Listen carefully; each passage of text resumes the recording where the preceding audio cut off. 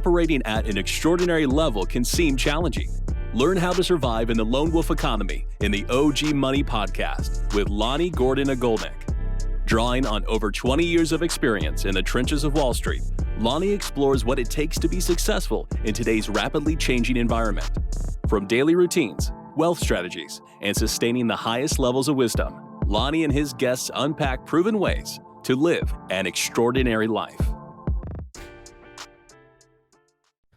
Welcome to the OG Money podcast. I have a OG from New York transplanted down to Miami, Jason Rosenfeld of the Rosenfeld Gallery. Welcome, Jason. Thank you for having me, Lonnie. Thank you very much.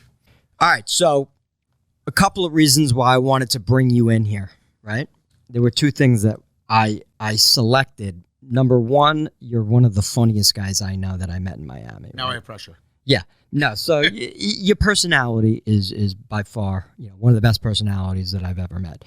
Number two, you have a passion, and whatever you do, you seem to not just be good at it, but you're amazing at it. Whether it's skiing, golfing, or the art business, right? I appreciate that. Thank you. What I want to dive into a little bit is the history. So you have a family business. Tell me a little bit about your childhood, what it was like growing up in this art world.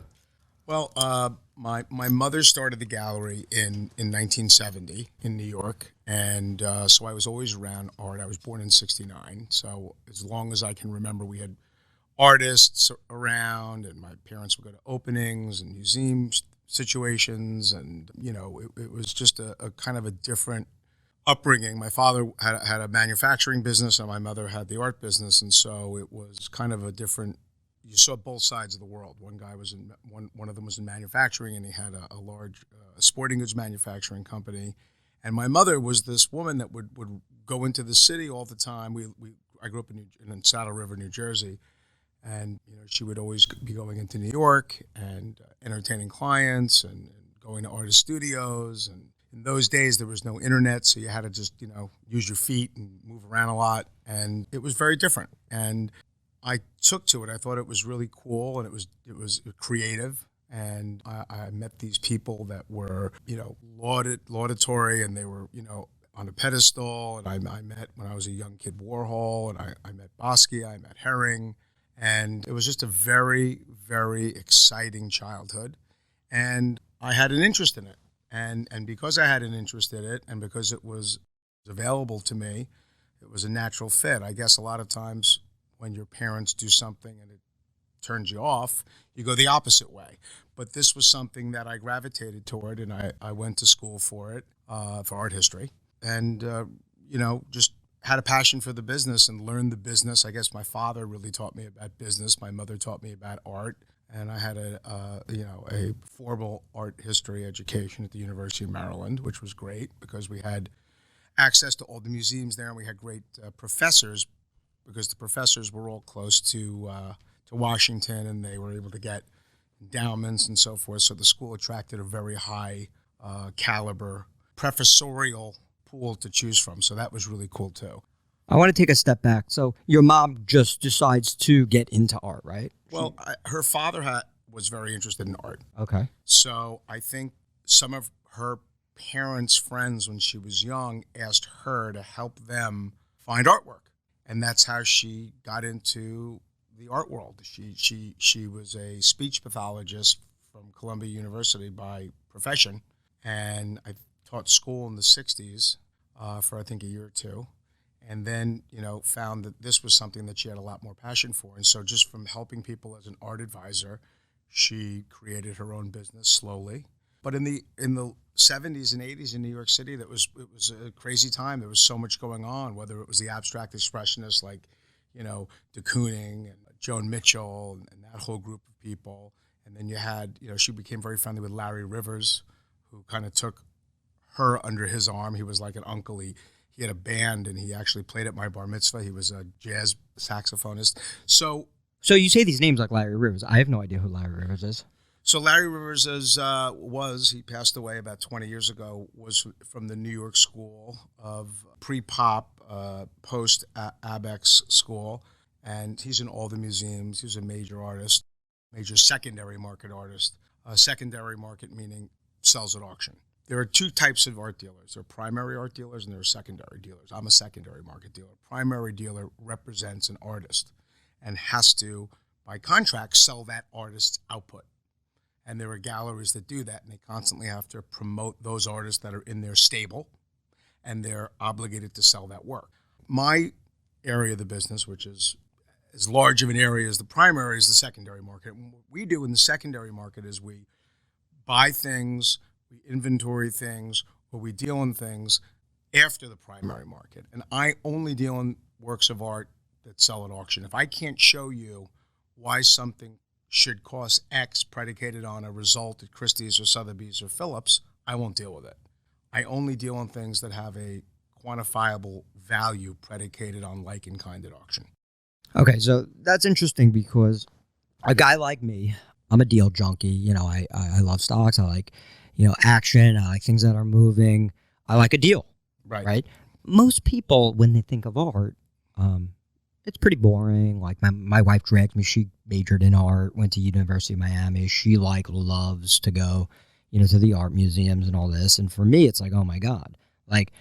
But I'm starting to realize now, I happen to have a little thing for graffiti art, right? So I have a house, nice house. I have a few pieces of art, but now I need to put some things into the wall. So when I'm thinking of art, though, I look at some things that are I'm like, oh my God, my daughter can throw a piece of paint at the wall. That's $10 million. I totally understand that. And so what you have to do is you have to understand your daughter can do it, but your daughter didn't do it first. So Jackson Pollock, splatter painter, would take a paintbrush, throw the paint on the canvas. It looked like, just something that you would do in a moment of anger or a moment of joy or silliness. And those splatter paintings are, depending on their size, $10 to $200 million at auction. So, yeah, your daughter could do it, and I could do it, and you can do it, but we didn't do it first. We weren't recognized first for doing it, and we're not a known entity for doing it. And what gives an artist great credibility is a signature unto itself. You look at a Warhol, you know it's a Warhol. You look at a Jackson Pollock, you know it's a Pollock. You look at a Jean-Michel Basquiat, you know it's a Basquiat. When you get to a place where people can recognize the art because of the art without a signature, Picasso. You look at a Picasso, you know it's a Picasso. You look at a Leger, you know it's a Leger, a Chagall. A KAWS today, like one of the newest, mid-career hot artists is KAWS. He was a toy maker, and then he began to paint and do sculpture. And you look at a KAWS, you know it's a KAWS, or a Takashi Murakami, you know it's a Murakami. These artists have a signature unto themselves.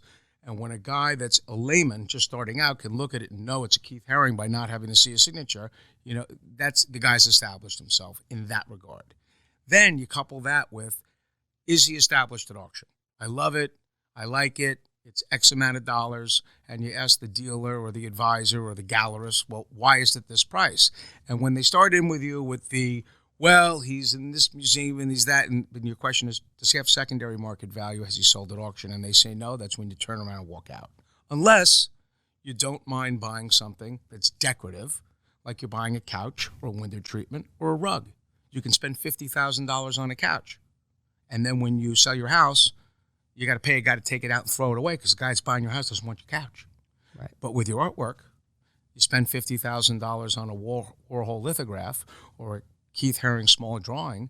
If the economy doesn't terribly, they tend to appreciate very well. It's an asset class. Right. So I did the calculations. Art appreciates on average for the last 30 years at about 7.5% to 8%. Right. It's about a high yield bond. Yeah. Yep. It's a pretty good rate of return. And I think that the combination of both the return on investment plus the visual feeling you definitely get a feeling. I have a couple of pieces. When I see it, I love it. Yeah, it enhances your environment. It's a memory. And I remember getting my wife, she liked this piece of art. I got it for her as a ballerina. Then there's another piece that's, whatever, for me and my wife. So there's definitely psychological benefit to it, plus the value increasing. So I want to take a step back, though. You're an intense golfer, right? You play a lot of golf. I do. Okay, so is that because the high net worth people that you cater to are on the golf course, or was golf your passion prior? Did you go out saying, I got to be an unbelievable golfer because that's where the money is, and that, you know, Yeah. or is it? It's a good question. Yeah. So the answer is no. Oddly enough, I took to golf because when I was a little kid, my grandmother lived down in Florida here in Tamarack on a golf course called the Woodlands. And she had her own golf cart in her garage. And when I was 7, 8, 9 years old, all I wanted to do was drive the golf cart. And she was a golfer. And she said, if you want to drive the golf cart, you got to play golf. So if you want to come out and play golf with me, then you can drive the golf cart. So that impetus for driving the golf cart got me interested in golf, and I just had a knack for it. And to be candid with you, my business is very inconsistent. I can have really busy times and I can have really slow times. There's no consistency. So golf gave me something to do when it was slow. And I'm a competitive golfer, a gambling golfer. I don't go out to play golf for fun. I don't go out to play golf to meet clients. That's a benefit sometimes. But very often than not, I'm aggravating the client because I'm trying to bash his head in to take money out of his pocket to beat him. I'm not looking to lay down when I'm playing, a $200 Nassau 9 ways with automatic presses. That's my avocation. I love playing golf and I like gambling on the golf course because I feel I have some control. I'm not, betting on a football game or blackjack. I have control. If I can handle the pressure, make the shot, my brain and my body work as one and I can get it done. I love the competitiveness of it, and I like either getting hurt or giving hurt. I'm not going out there for fun for 4 hours, so fall asleep. I love it. Yeah. I suck. I mean, if I get over 100, I'm pretty happy with that. That's just because I don't put in the time. Right. But I do play Bing Bang Boom, Right. which is the longest drive. First on the hole, first on the green, first in the hole. I need action. Even if it's a buck, I need action. I hear you. So, correct me if I'm wrong. Were you not a college skier too on your ski team in Colorado? I was not a college skier. I was a very accomplished amateur skier in high school, and I was offered a couple of different scholarships to ski in college. And when I went to go visit the schools and I saw how good the skiers were, I didn't want to go to some school in the cold University of Maine and sit on a bench and be the worst guy and then be up there in Orono, Maine. Yeah. I said, I think I'll do something different. Yeah, I can relate. I went to a couple of colleges for wrestling, and I was thinking of the county matches, and I'm like, wait a second. Every single match is a county final match. I was like, I think I'll pass on that. Yeah. So that competitive nature, that athletic mindset, the growth mindset, that's got to play well in the world of art because you're competing with a lot of people in this game. I'm assuming. What separates you? Because you have like this personality, right? So people are drawn to you, they like you. Is that something that you're born with, or did you develop that personality trait because you're always selling?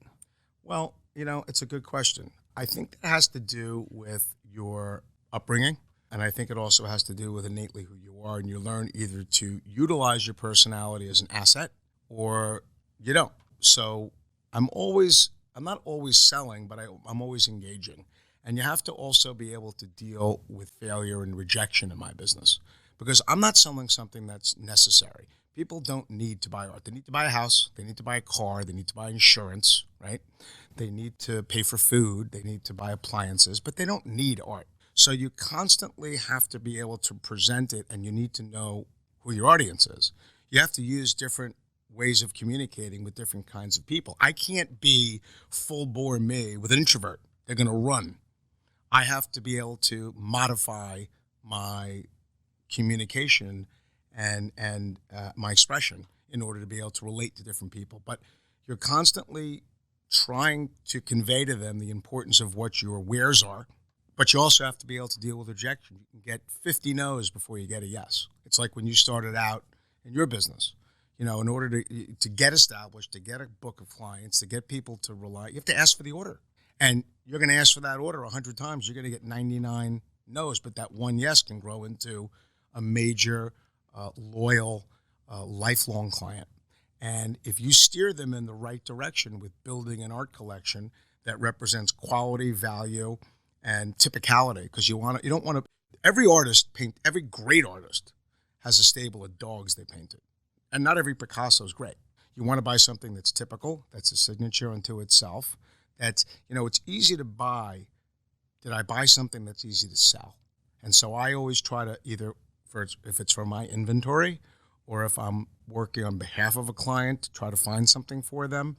We want to find something that represents value, quality, and is typical of the artist and is the best example that they can purchase within their comfort zone. So you stumble around what we call in our business whales.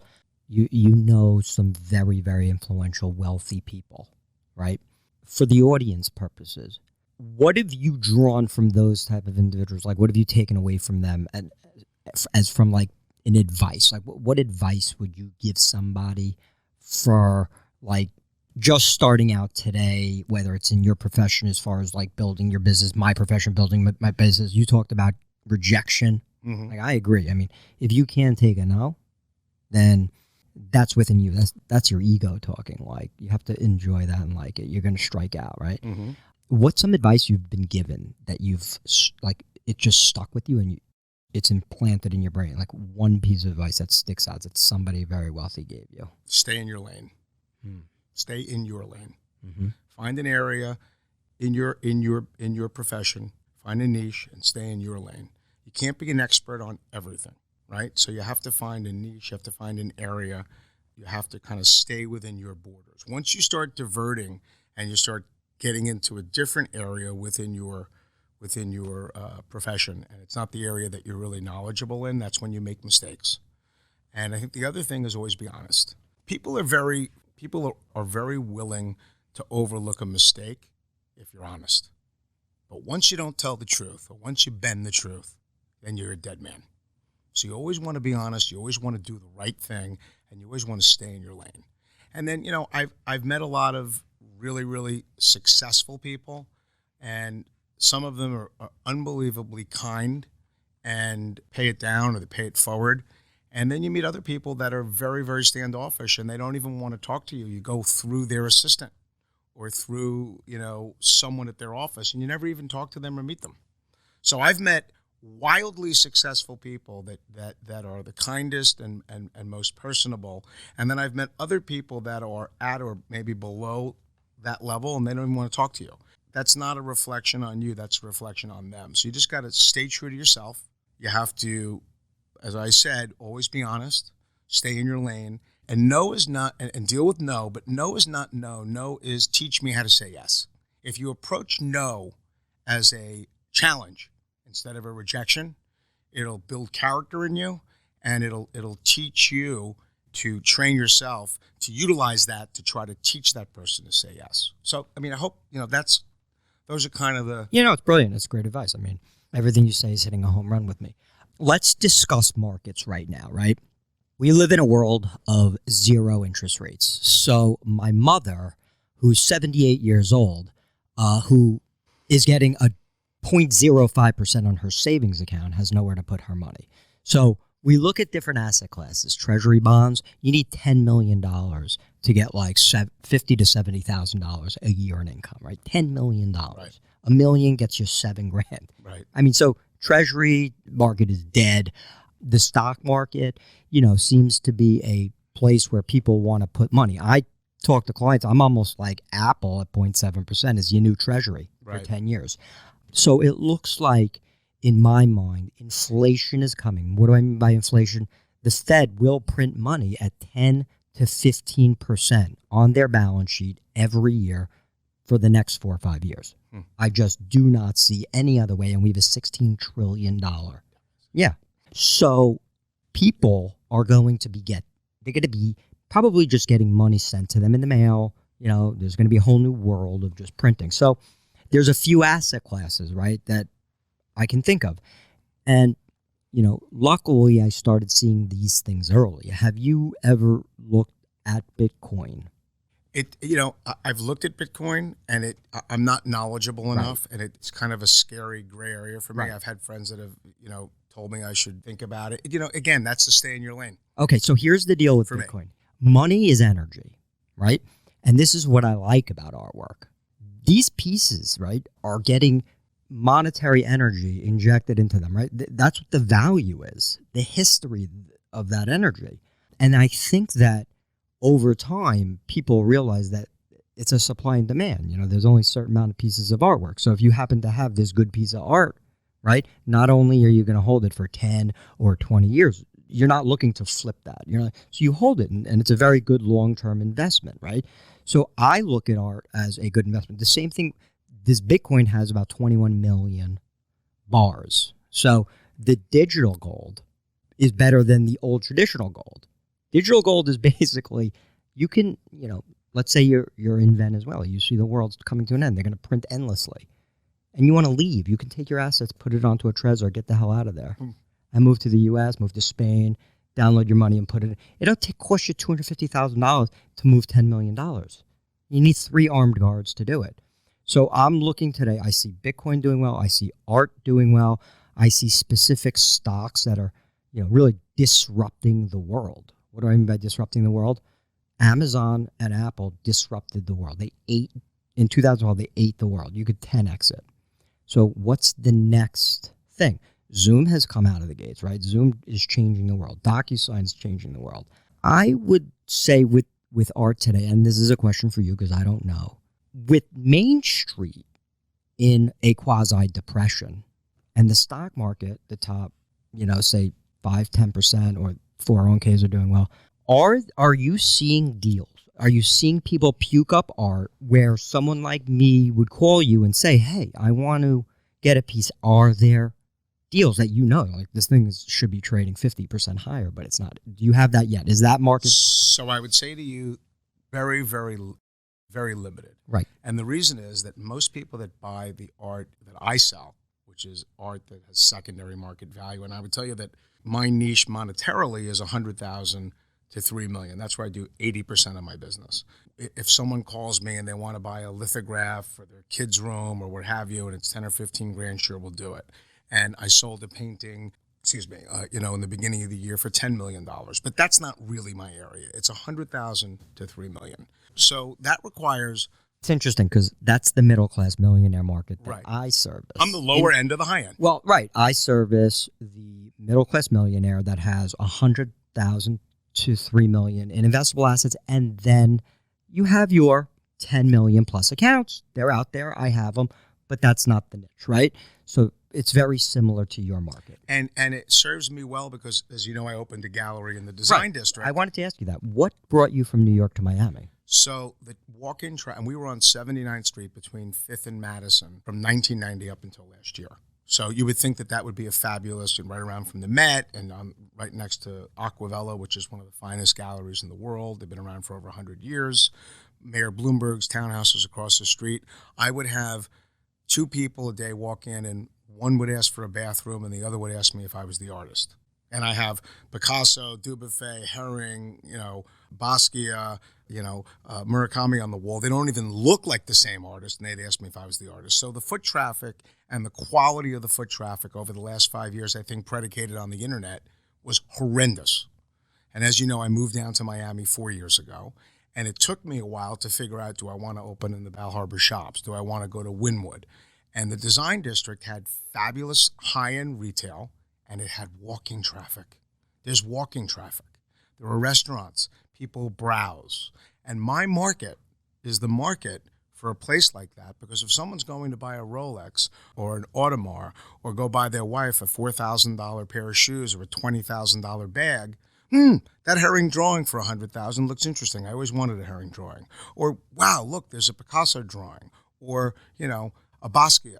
Or, whatever it might be. So I felt like that was the perfect spot for me because I'm getting a concentration of people that love fine, high-end retail, and it fit hand in glove. Right, then COVID hit. But I can tell you that before COVID hit, we were doing very, very well. Since I came back from the Hamptons in September, it's been consistently getting better and better and better. 5 people a day, 8 people a day, 12 people a day. And this gallery space here has already paid for itself, the overhead. So it's worked out really well, and I'm really excited to see what happens in the next 2, 3, 4, 5, 6 months, because the influx of people from New York coming down here. Right, and you still have the internet presence, correct? Yes, but I like interaction. Sure. The internet presence is great and wonderful, but I'm not using my personality. Right. I want to be able to look someone in the eye, speak to them, educate them. Right. It's a sense of accomplishment. Of course. A lot better than internet. But the internet, yes, the internet's helped me tremendously with my business, but it's also hurt me because I'm not able to utilize my personality. They don't care if they're dealing with a monkey, the guys that buy online, because they know what they want. They don't really want to talk to you. What's the price? What's the provenance? What's the condition? All right, what's the best price? Right. That's it. Right. And it is an asset. Right. Art's an asset class. Sure. Absolutely. So One of the best asset classes there are. And as you were saying earlier, it enhances your environment. You look at it, it brings back a memory. The carrying costs on artwork is ridiculously light. Well, yeah. And that's the difference. If I bought $2 million of real estate in Miami right now, I'm paying 2% a year in taxes. And what about the lawn, the roof, the electric? Insurance. Go collect the rent. Insurance. Your sales, when you say sell it at 6%, when you buy it. The paint needs to be done. The floors aren't the floods. good. Yeah. Yeah, no, it's a disaster. $1,000 a year to insure $1 million painting.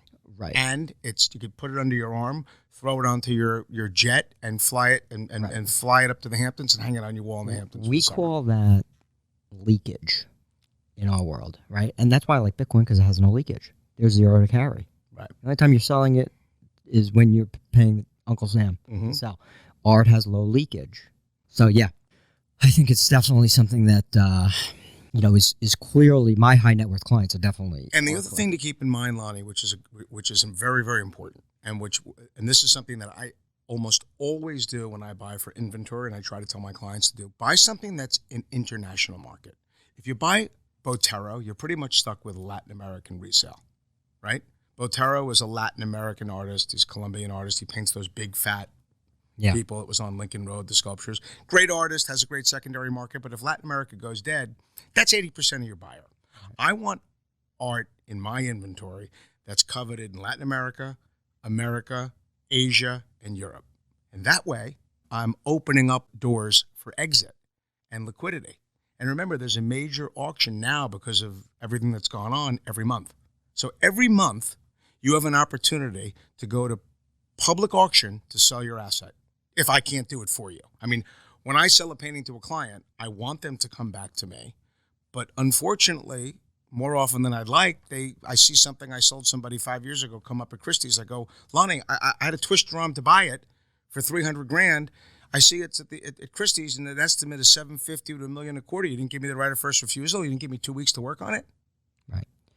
What's the deal with the events going on in Miami now? Are they all canceled this year? They're all canceled. Well, that sucks. It's not good. But there's a lot of people coming down, hopefully to the design district to walk around, and we've got some beautiful things for people to see and the names they know. Yeah, and I always look at setbacks as like, okay, it's just like a ball being pressed down on the water. When it opens next year, people are going to be excited to get back down, get out, and see art. You know Absolutely. What I mean? So what do you do for your downtime? Like, you read books, you watch shows, you watch movies, you do anything? Because you're always on the go. You're moving and shaking. A lot of golf. I have, as you know, 3 young kids, 7, 12, and 15. So, that's active. And they're all athletes. So we're always, throwing a ball, playing tennis, hitting golf balls, running around, driving bikes. It's a nice lifestyle down here. You're always outside. You're always running around. It's not like New York City when the sun went down, the TV went on, and the potato chips went in your mouth. Here, there's a lot to do, a lot of outdoor activity. And because of COVID, you had to do things and interact with your little pod, your little family. So you did a lot more bike riding. You did a lot more outdoor activity. I do fishing in my backyard. I mean, I go fishing in the backyard, with my 2 boys. Once in a while, I can get my daughter to come with me. They spend time with me out there. So, a lot of outdoor activity, a lot of golf, a lot of family time with my downtime. Not as much traveling, unfortunately, because of what's going on with COVID. But I usually do quite a bit of traveling, both for business and for pleasure. And business has been busy, so it's been good. So I'm constantly looking at deals and speaking to clients. And I also have to accommodate to their schedule, just like you do with your clients. I'm not in the gallery myself that much. But if someone wants to meet me before their dinner, or they want to meet me in the morning before they play golf, I make sure I'm there. My assistant can't handle that. So while we're open, from 11 in the morning until 8 o'clock at night, Wednesday through Sunday, I'm there when I need to be there, and I pop in and out when we're open. So yeah, so I think that your passion is what makes you successful. You could see it in your eyes, you could hear it in your voice, and that is across all spectrums of whatever you do in life. If you are passionate about it, right, like, you can turn art that I look at as boring And I kind of want to now, we're probably going to have a discussion, but I need a deal, you know? So I like graffiti art, but I also want to know I got a deal on the art. And let's circle up, on our own time and keep me in mind for something that you think I might like at a discount. I'll definitely do that, but you don't want your audience to hear you, pound me down a little bit here. You don't want to show them the old Lonnie Goldnick pound them down. I mean, I'm not, to be honest with you, I am the worst negotiator. I am so, I'm like, oh, that's a good deal. Like, I would know. If I got a good deal and not in art, I would have no clue. But, yeah, I'm a little bit trustworthy when it comes to that type of stuff. But I would trust you. That's why. Well, you got to live with me, so you got to trust me. Or right. I got to do the right thing because I got to live with you. I think at the end of the day, why I think art is so successful is because if you actually like it, you're not buying it because you want to make money. You like it. Well, that's the other thing. You look at it. Yeah. You wanna look at it. That's another thing. I've had people say to me, and these aren't collectors. These are I would say investors or opportunists. Jason, I don't care what it is. I want to buy something that's going to appreciate over X amount of time. Well, I don't have a crystal ball. Right. I can check all the boxes that let me say to you, the chances are this is one of your better bets. You have to buy something you like. You have to buy something that you enjoy, unless you're just going to buy it and throw it in a warehouse. So first thing is you have to like it. Then it has to be a good deal. It has to be predicated on current auction comps. It has to be the right price. But the other thing I'll tell you, if it's something is too good to be true, it's usually too good to be true. Remember, I'm in the business. There's plenty of people that are in the business. Most of those good deals, most of those unbelievable deals when a guy needs liquidity right away, it's not going to go to the end buyer first. It's going to go to me. Jason, I have this painting by X artist. I know predicated on the auction comps, it's worth $250,000. I'm in a liquidity crunch. What can you give me tomorrow? Right. So that will translate to a good deal for you, but you're not going to be the first guy in line for that because you're not in the business. Right. And that makes sense. Right. So when something's really too good to be true, you better show it to me first. Right. Right. But then, even if you put the markup up, I'm still getting a good deal. Right. Absolutely. And I would like to think that everything that I sell to my clients is a good deal because I'm not going to show them something that I can't justify predicated on public auction. Right. And we're going to try to do as best we can. But if you love it and it's something that's highly coveted, you're probably going to have to pay market or a little bit more. Well, I think that, anyone that's listening, where could they find you? Is it Rosenfeld Gallery? What's the website is rosenfeldgallery.com. You got Instagram. We Facebook? have Instagram. We have Facebook and all of that stuff. But if you have an opportunity, you come to the gallery. We're on 41st Street, 112 Northeast 41st Street in the Design District, right across the street from Off-White. So if there's a huge line of young people across the street, that's a phenomenal. You look to the left. We're right there. You hit the home run on the location. That Off-White, my kid loves Off-White. Hey, listen, there's nothing better than a parent seeing a $500 white T-shirt. Yeah.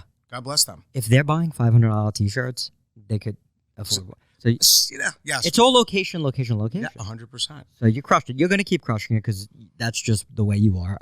Thanks for coming in today. I think Lonnie, I appreciate the opportunity. It's always a blast to talk with you, and I really enjoyed it. I love your passion for looking and searching, and your clients should feel blessed to have a guy that's got his finger on everything and always has his eyes open and is looking out for them. So your clients should be very happy, know they're in very good hands. Thanks. I appreciate that. So let's end off with, do you have one question for me? I pounded you with a bunch of questions. I do have a question for you, Lonnie. Yeah. What has been the most enjoyable part of for you moving down to Florida from New York? So, that probably was my best trade I ever made, was moving to Florida, right, from New York.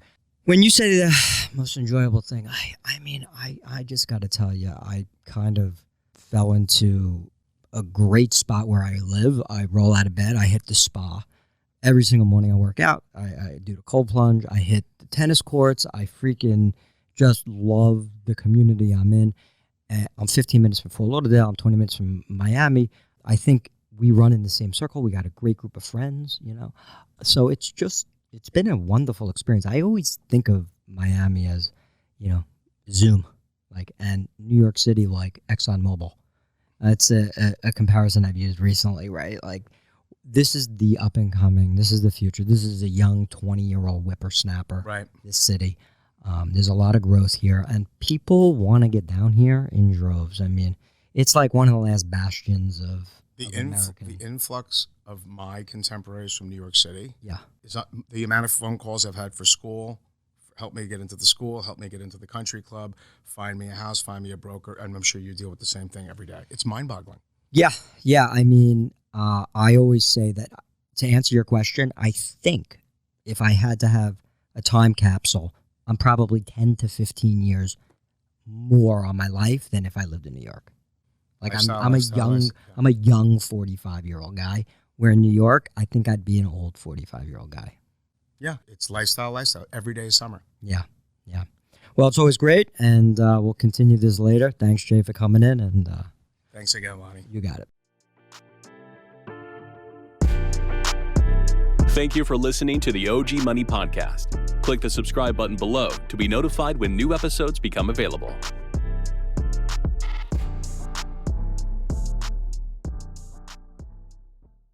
Securities offered through Securities America Inc., member FINRA SIPC. Advisory services offered through Securities America Advisors Inc., an SEC-registered investment advisor. This site is published for residents of the United States and is for informational purposes only and does not constitute an offer to sell or a solicitation of an offer to buy any security or product that may be referenced herein. Persons mentioned on this website may only offer services and transact business and or respond to inquiries in states or jurisdictions in which they have been properly registered or are exempt from registration. Not all products and services referenced on this site are available in every state, jurisdiction, or from every person listed. Third-party comments may not be representative of all customer experiences.